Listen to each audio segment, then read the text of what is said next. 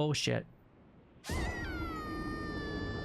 Hey everyone, welcome back to another Elden Ring video. I hope that everybody is having an absolutely fantastic day, and I hope that you're enjoying playing Elden Ring as well. But in today's video, I want to cover my overpowered faith build that you guys need to try right away. Now, for the most part, you're going to be able to get a majority of these items relatively quickly in your playthrough, and you can actually skip Stormville Castle if you want to be able to get some of these other items, grab them, and then return to some of the first bosses like Margit, and then go ahead and be able to be a little bit overpowered and come into it.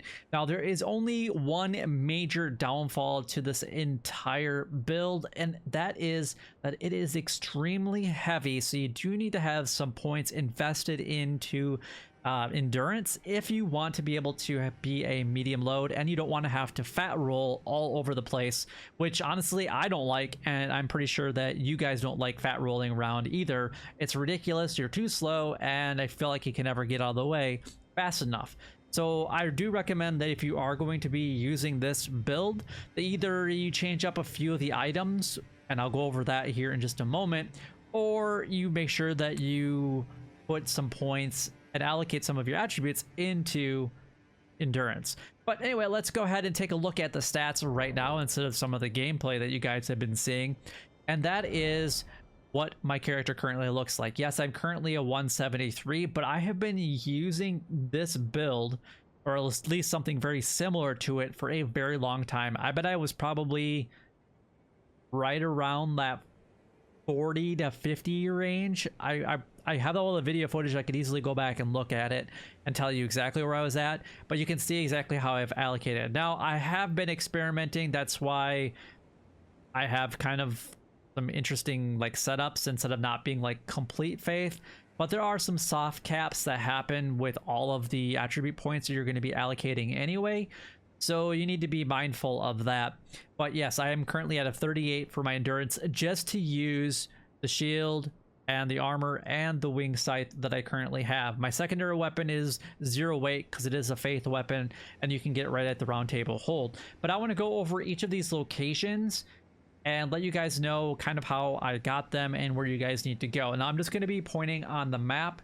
I'm not really going to show you guys like how to actually get them. Some of them are going to be a lot easier than others, but if you guys want more specifics, then by all means go ahead and leave a comment down below, and I can kind of give like short little clip guides on how you guys can get to where you guys want to go in order to grab some of either the incantations or even some of the talisman. But if you guys have any other questions regarding the build itself, or even if there might be something that you might slightly change, then go ahead and leave a comment down below, because we want to be able to help other people as well. Now, are you going to be able to rock this exact same build right from the very beginning of the game? Absolutely not. You do have to fight maybe some more bigger, larger characters in order to get some of this stuff, and you're not going to be able to have as many memory slots, so you're going to be very limited to what you can choose as far as your incantations go, and same thing with your talisman, because you're only going to be able to have 2 at the very beginning, and then you're going to have to progress your story in order to get 4, which is the max that you can always have. So anyway, enough of that. Let's go ahead and kind of point some things out and take a look at some of the equipment. Obviously, I am using the clean rot armor set. Now, this is very, very easy to get. All you need to do is come down into the Kaled area and go to the Alonia Swamps area, and in this area you will find a lot of the clean rot soldiers, and you're just basically killing them over and over and over and over again until they drop every single piece of the armor. Now, this is going to be the same thing. They do have a scythe down there that you can use instead of the wing scythe, and they also have a spear and a sword, so you can get all of those drops from just those enemies.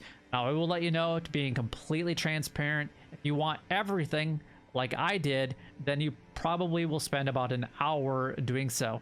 Now, some people in some of my other videos have said that they were able to get it relatively quickly, like within a 10-minute period. If you get lucky enough to get that, then that's great. I'm going to say that you suck because it took me well over an hour to get everything needed for this build, just for the armor and everything else. But anyway, let's go ahead and move on. We're using the wing scythe, obviously. It is a fully maxed out wing scythe, and you can actually get that down in the Weeping Peninsula area at the Tombsword Ruins. This is where you guys need to go in order to actually obtain that. I don't remember if you even have to fight anything to get it. I think you just walk in, open up a chest, and it's yours. Now moving on to the next one. We do have a couple talisman that you guys can go ahead and use.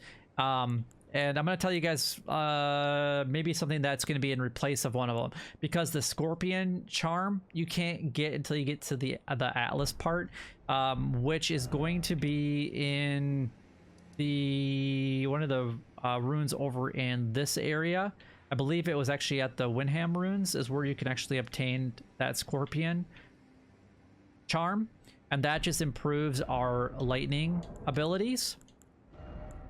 Otherwise, what I would do instead of that one is Radagon's Icon, which will shorten the spell, and this you can obtain from the second area in the map, which is going to be the Rea Lucaria, or whatever, this place area.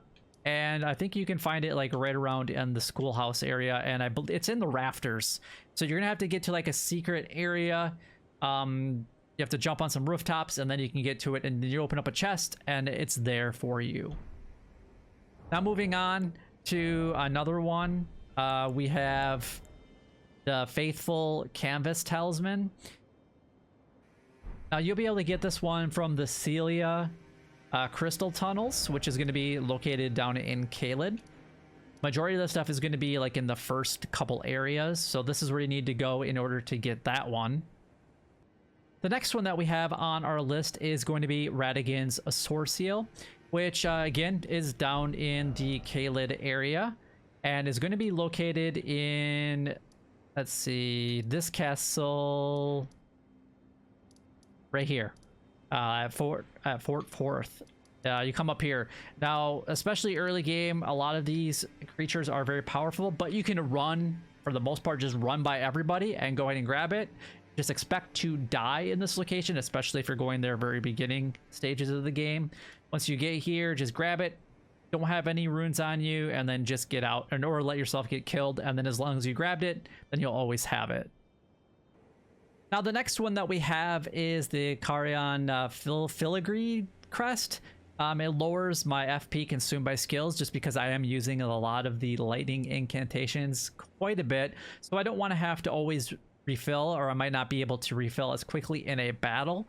Obviously, if I'm only going against one enemy, but something that's not maybe aggressive, then this might not be. So you can kind of change this one up, but you can get this one from visiting EG over in the Lake of Lunaria area, and you can find him just north of the King's Realm ruins. He'll actually be right here, and you can talk with him, completely exhaust his dialogue, and you'll have access to his shop. He'll tell you that he was a weaponsmith or a forgeman for a family at the manor just north of where we're located, and he'll be able to sell that to you. And I think he sells it for like, it's either 5,000 or 8,000 runes, so it's not cheap, but I have been using it for quite a long time. Now, if you don't have access to those, or if you don't want to have access to those, there are some other ones that you could potentially use. One is you could increase your faith from a talisman, which is going to be the Two Fingers Heirloom. That one I can't remember off the top of my head where I got that one from, but that would be a good one. You're going to raise it by 5, just for no apparent reason. You could, if you don't want to go after the Sword Seal, you could go after Radagon's Scar Seal, and this one raises attributes, but it also increases damage, but this one greatly. So you're going to get more from the Radagon Sword Seal than you are from Radagon's Sword Seal or the Scar Seal. So I would pick one of them, but I would hopefully, if I were you guys, I would go after the Sword Seal. They're equally as difficult to get to. This one will take a little bit more time, just because you do have to do some additional things in order to get it. Now, just because we are doing a faith build, I would recommend the two main at the very beginning are the Faithful's Canvas Talisman. And also, if you want to increase your faith, then I would go after that. Otherwise, I would go after the Source Seal as soon as you possibly can, just because you do get a lot of attributes raised from just having this one talisman. So I do recommend that you at least get those two at the very beginning of your playthrough. Now moving on to the Erdtree Great Shield, you can actually get this from a fight with 2 tree sentinels, which are going to be located just outside of the capital. They're going to happen right at this location. And by the time you actually get to this area anyway, hopefully you're put a little bit of time and energy into either becoming a little bit better at the game, or you're already overpowered at this point in time, and you can find them right here. And if you go and attack the one that's on the left side when you come through this gate, and only attack the left one, you can kill the only one on the left first before even attacking the right one. So you can actually take them on individually. However, you can't get the shield until you defeat both of them, but this is the location that you guys need to come to, just outside of the capital. And then the last thing that's going to be on our list as far as the seals go, I would recommend the Godslayer or the Gravel. Now, the difference between the two is the Gravel you can't get until you go to the capital. So you're already halfway through the game, roughly. Whereas the Godslayer seal, you can get right away in Thornville Castle, and you don't even have to fight your second main boss. You just have to fight the first one in order to really get this. And I don't know if there's another way to really get around that part to get without getting the seal, so you might have to do some experimenting. I didn't get this until I defeated both. I will be honest about that. So I think I was just using the 2 fingers seal, but this one doesn't really benefit the things that I am currently using. It's just that it is my most scaled up. So it's the one that I decided to use, but the Gravel is probably the one that I'll replace to. It's just not near as powerful as this one is, and that's why I'm currently using it. But in order to get this one, you can go into Thornville Castle way at the southern part of the map, and what we're gonna do is when you come into like the main gates and you come around a corner, you drop off of a roof, and then you just run to the left and you go into a secret area, and it will cost you 1 stone sword key in order to open up that area. And I know that I have a video on that, and actually a couple of the things that we already covered in today's video I do have videos on. So if you want a little bit more specifics on anything that we kind of talked about, by all means go ahead and check out my channel. But if you have any questions regarding the build itself, by all means go ahead and leave a comment down below, and I will try to address it the best that I possibly can. But the last thing that I guess we'll quickly talk about is the incantations. Now I am using mostly lightning abilities. Where are my incantations at here? Here we go.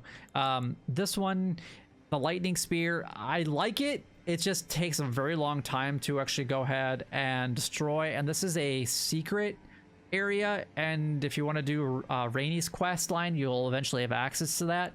I don't remember where I even got the frozen one from. I might have to look it up here just really quickly.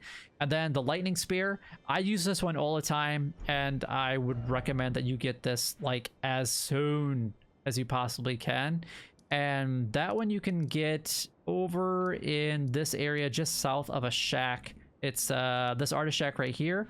There is a knight that's located at this area. He'll give you a prayer book, and you can take that back to either the church that's just north, which is this one, the Church of Vows, or you can take it back to Brother Korhan or something like that at the Round Table Hold, and he'll get access to that one as well. But let me check the frozen one, just because it is one that I use all the time. So let me just do that real quick. And that one you don't get until you kind of do Rainy's quest line anyway. It's the Dragonkin Soldier of I don't know how to pronounce any of these names, but that's when you are able to get it. It's from a main boss in one of those regions. So, but anyway, if you guys have any questions regarding it, then by all means go ahead and leave a comment down below. But until next time, YouTube, you guys keep doing what you're doing, because you're already doing it, and you guys stay gaming.